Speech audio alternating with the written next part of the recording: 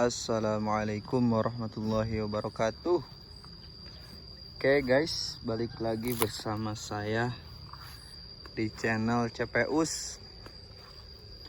Hari ini tanggal 27 Desember tahun 2023. Yang lain udah pada liburan. Saya liburannya dengan tanaman buah naga. Alhamdulillah, perkembangan tanaman buah naga kami karena sekarang masuk musim hujan, pertumbuhan tunas baru sangat cepat sekali guys. Nanti bakalan saya lihat, saya cek satu persatu apakah muncul penyakit ataukah enggak, dan bagaimana apabila ada penyakit untuk cara penanganannya ya guys. Untuk tunas-tunas baru alhamdulillah udah kelihatan segar-segar guys, dan enggak kelihatan tanda-tanda adanya penyakit cacar ataupun penyakit busuk batang. Oke guys, bisa dilihat ya.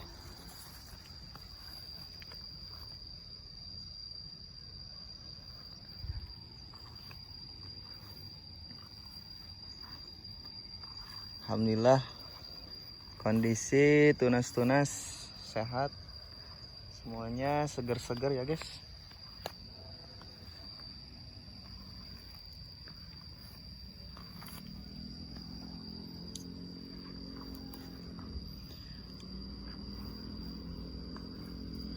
Untuk perawatan nanti bakal saya jelasin bagaimana cara merawat tunas-tunas baru agar tidak terkena hama atau penyakit ya guys. Bisa dilihat ya, ini kondisi tunas-tunas baru. Nah yang ini guys, banyak sekali guys tunas barunya guys. Oke, bisa dilihat ya guys.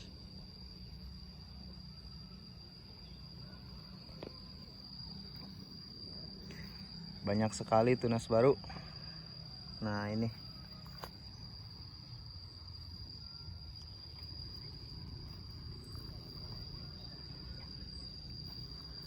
Nah waktu itu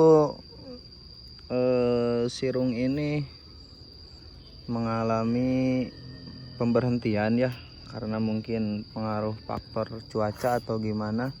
Alhamdulillah sekarang setelah diguyur hujan, tunas kembali muncul, jadi tambah memanjang.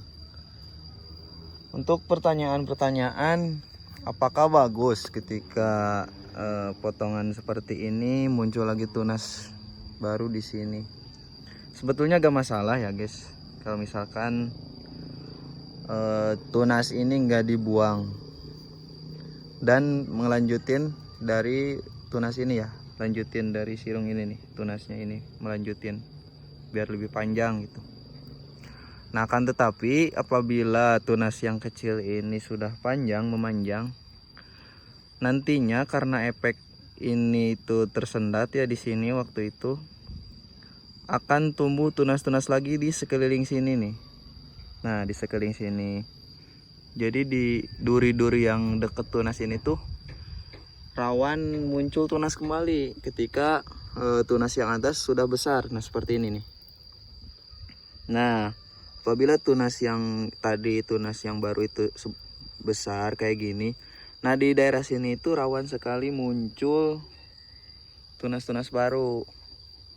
Nah apabila muncul tunas-tunas baru di daerah sini, silahkan teman-teman langsung eksekusi aja, langsung aja dibuang.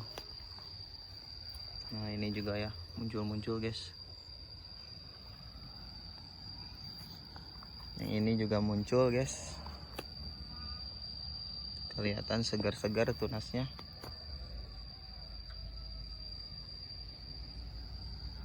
Yang ini juga guys, yang ini malah muncul kembang guys.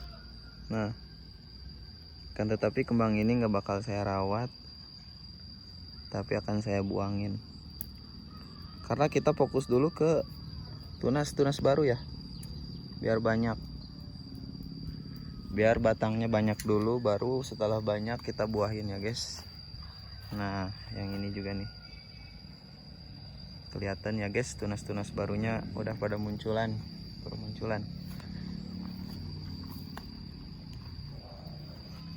Yang ini juga guys kelihatan guys. Kenaon Mat? Udut, aduh ngopi terus. Ya Ahmad, manajer dari kebun buah naga di sini. Nah ini tunas baru udah pada muncul ya guys.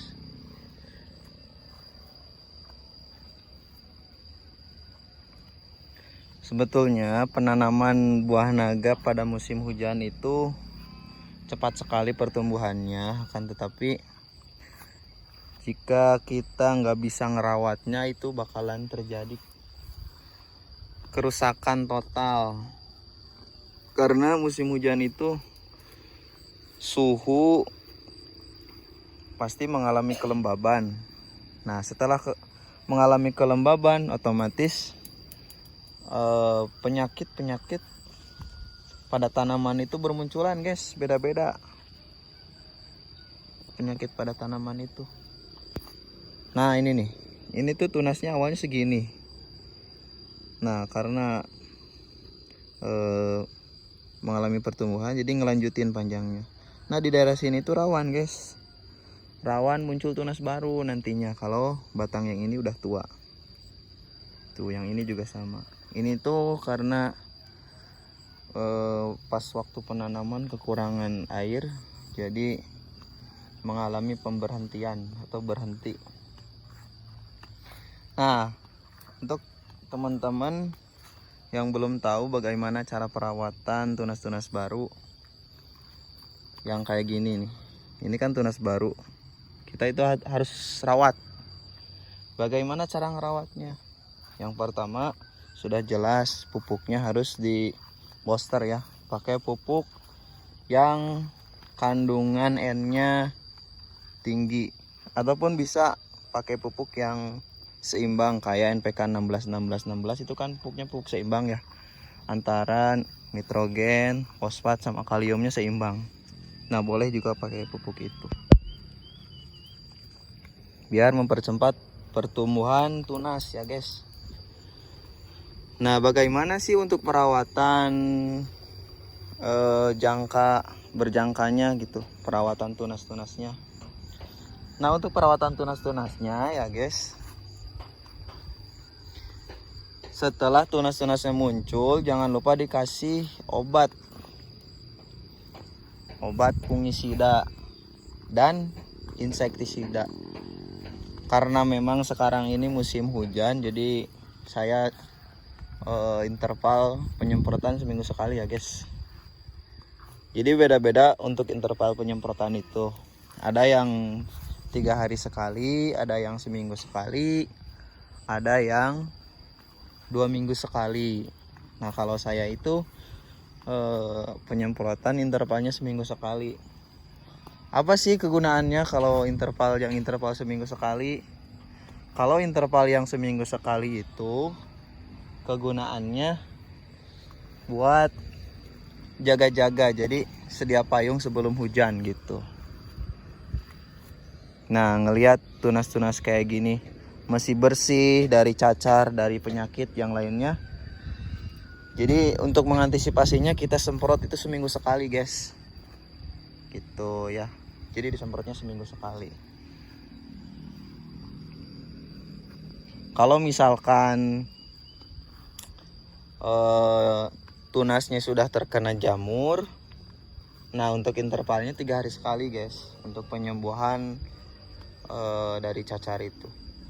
Itu pun dengan catatan tunas barunya belum full terkena cacar atau penyakit busuk batang. Tapi kalau tunas muda itu jarang yang terkena busuk batang ya.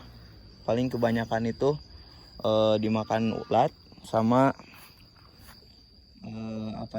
sama cecar. Nah ini juga ada kembang tumbuh guys, kita buang aja karena kita fokus ke tunas baru ya guys. Seperti itu guys.